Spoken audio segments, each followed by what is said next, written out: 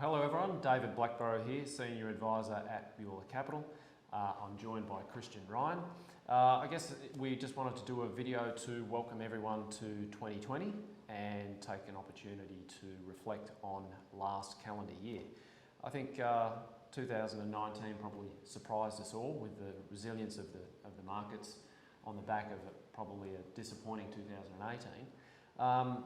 Christian, maybe some commentary around what part of that driving force was last year, and maybe some of those particular sectors which were real standouts for that period. Yeah, thanks, David. Look, certainly 2019 was a much better year for investors, particularly for most clients, hopefully at Beulah. After a pretty disappointing year, I think we've spoken a lot during the year about our disappointment of 2018, but 2019 was a good year. We were able to look at a few different investment strategies that paid off quite well. I think that was a lot of last year was facilitated by central governments, particularly driving rates lower and staying lower, and that's certainly been our mantra from an investment strategy point of view. If rates continue to remain low, you will see a range of investors not wanting to hold cash and looking for different investment opportunities for higher yields, whether that's from the share market here in Australia, around the world, or high fixed interest type of products.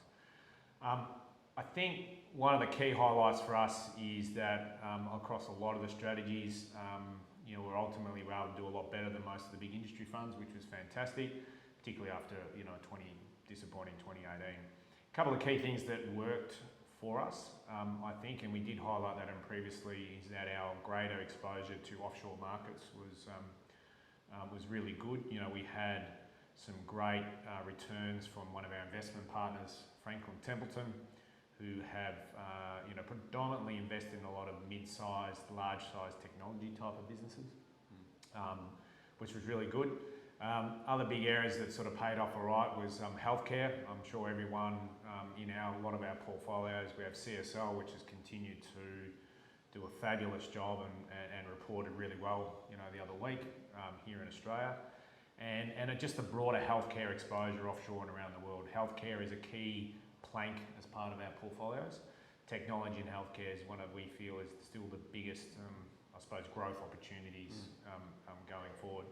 And probably in the fixed interest market, one of the key strategic areas that we've held in the portfolio and recommended to a lot of clients is private credit, whereby we are lending money to listed and unlisted businesses, and have really stepped away from bonds. The bond market is going up and down all over the place. You're just not sure where you're going to get the returns from. So I would say, and probably finally Australia, the Australian market, although not as good as offshore, was still good high double digits sort of return from most Australian equity investments. So look, we were pretty pleased with the outcome.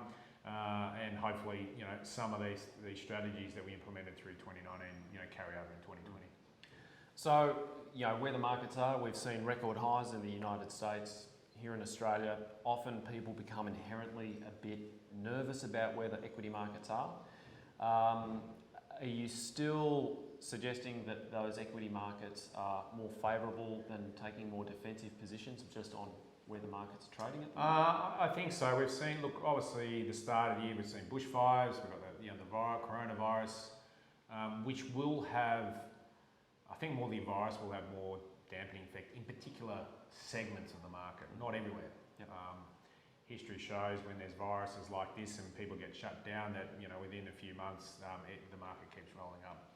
I think still fundamentally that as long as interest rates remain low, then the growth type of markets like shares and property and stuff will still hold up very well. We've seen, for example, just today, Goodman Group releasing their results, and the property market in Australia was really quite strong. So there seems to be no indication at this point that growth can't stop, but it's got to be really particular. It's not just a broad-based thing.